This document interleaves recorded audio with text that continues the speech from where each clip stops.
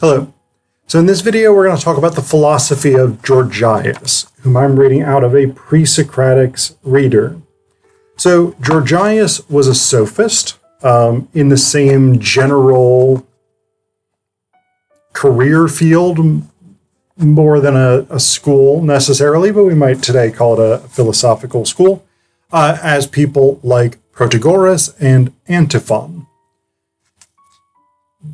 Gorgias is very much interested in the idea that rhetoric, or the logos, which in Greek, in ancient Greek, meant a wide range of things. Today we tend to think of it as a rhetorical term, and that's correct.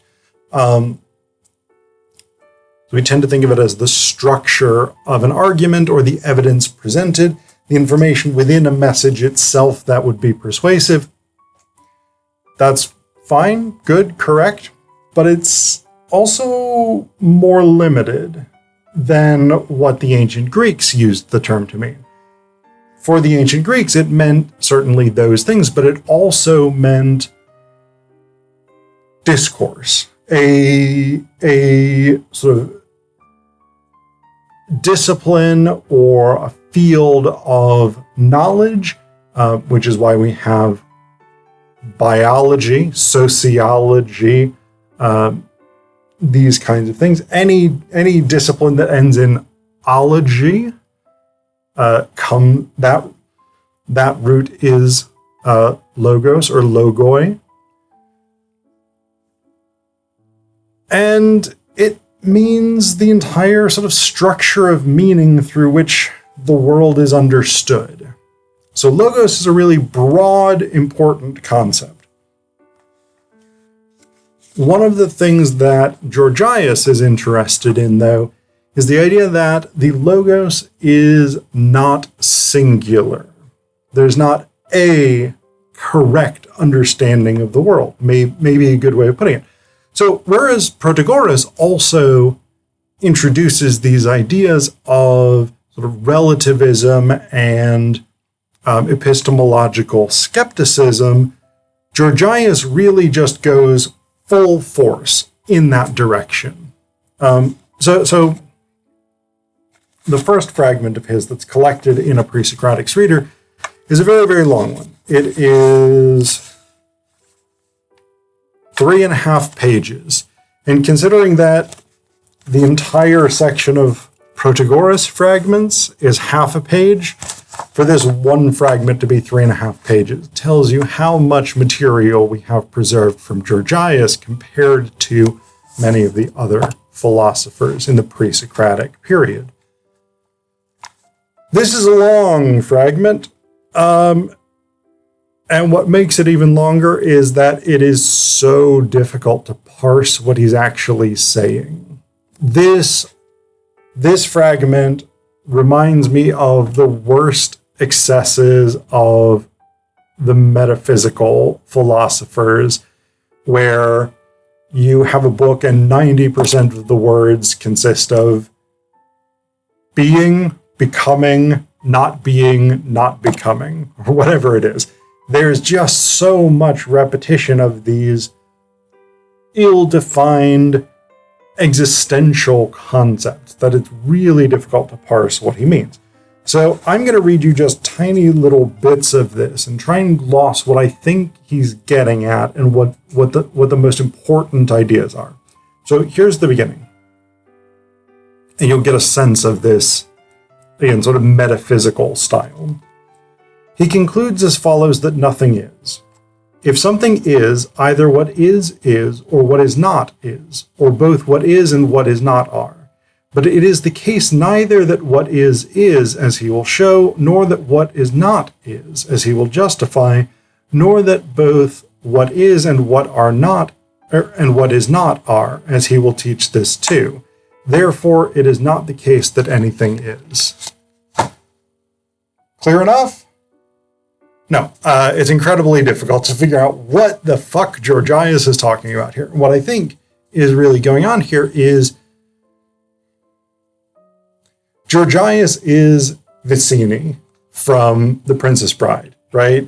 He is a very, very smart guy. And what he realizes is the basic principle of sophism. You can argue for any position if you have a strong enough command of rhetoric. And so what Gorgias kind of concludes here, at least in my understanding, is there is nothing that objectively is. There's nothing that ontologically is, because everything is subject to epistemological interpretation and argumentation. If I can argue any side of a philosophical question with equal weight and equal persuasiveness, then maybe not even touching an ontological issue of whether or not things are, epistemologically, we can never know for sure the truth.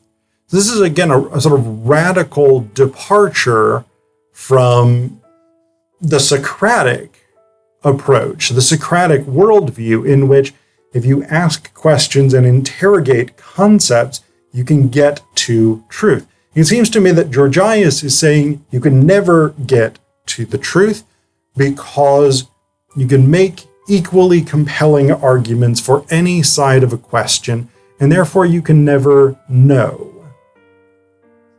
So again, we have this radical skepticism, radical sort of epistemological uncertainty that undoes the possibility of knowing truth, objective truth, in favor of rhetoric. And of course, this is quite a smart argument for Gorgias to make, because he earns a living by teaching people how to convince others of whatever they want to believe, right? So if you are a sophist in ancient Greece and you go around charging people to teach rhetoric so that they can win arguments in places like the Ecclesia and the Athenian law courts, it behooves you to say, I can teach you to win any argument, whether it's right or not. So we've got that element. Another element from much later in this fragment is this. For that by which we communicate is logos. But logos is not the objects, the things that are. Therefore, it is not the case that we communicate things that are to our neighbors, but logos, which is different from the objects.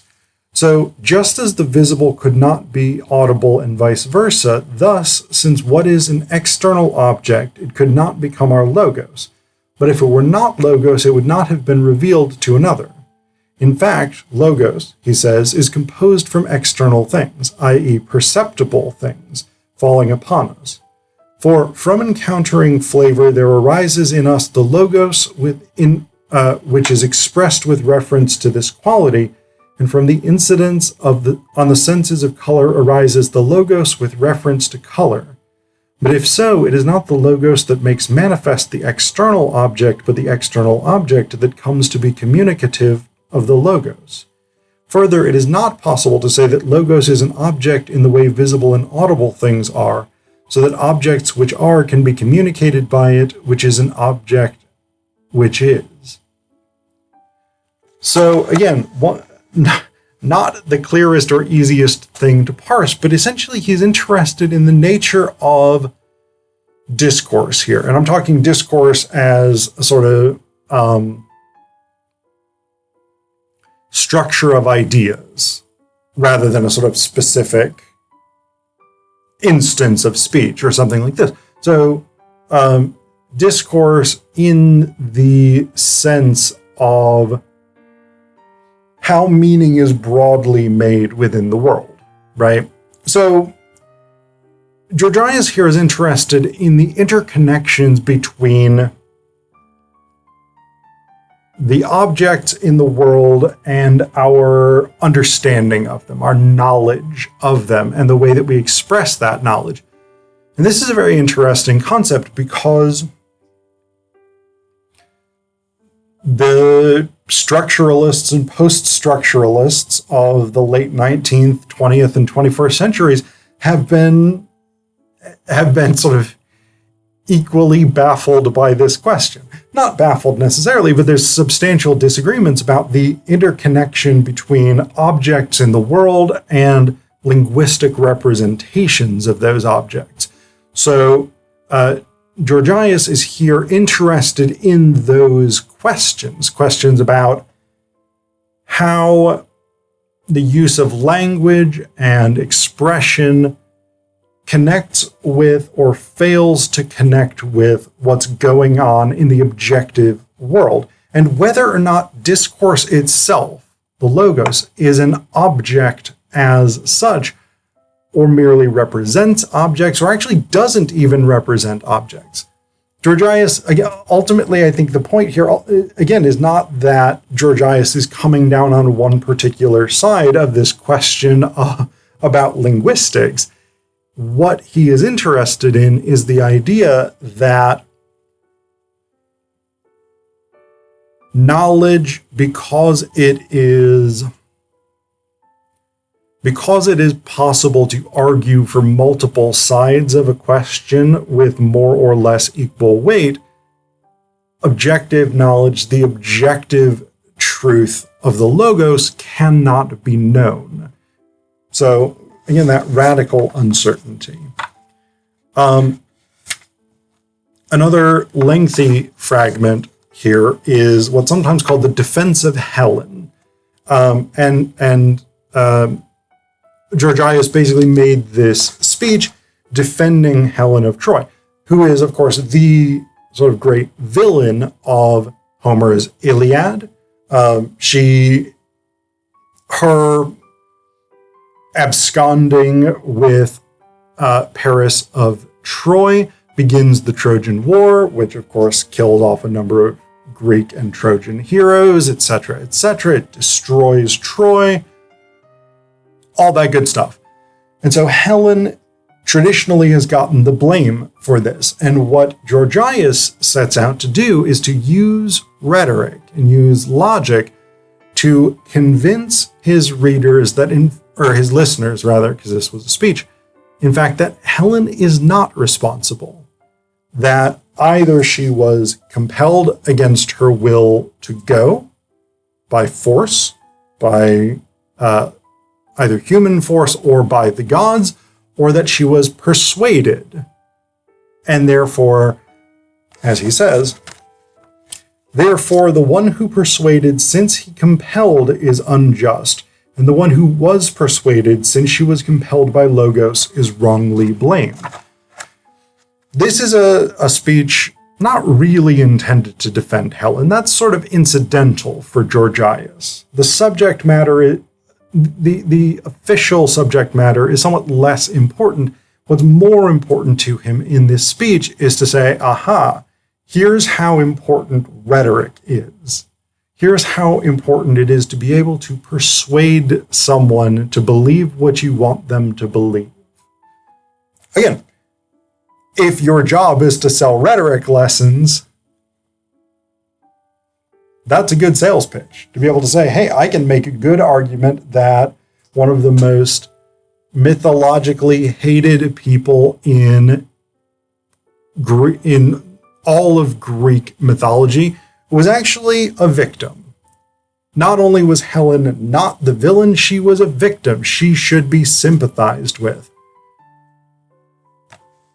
Again, that's a very compelling thing to be able to do if you want to prove yourself innocent in a court of law, for instance. So, yeah. I'm going to read you one more. I'm going to read you a couple of, one more fragment. I'm going to read you the whole fragment this time because this one is fairly short, but I think it's a really good insight. It's a rhetorical principle. So it says here, Gorgias said that one should destroy the seriousness of one's opponent with laughter and his laughter with seriousness. So this idea that you can undercut an opponent's argument, not even necessarily by countering the arguments being made, but just by opposing the tone of what they are doing. You can make them look ridiculous if you suggest that their approach is inappropriate for the subject matter. To laugh at someone who takes themselves very, very seriously will undercut their argument, whereas to take seriously something that someone else is laughing about will make them look unserious. And these are very, very functional rhetorical techniques.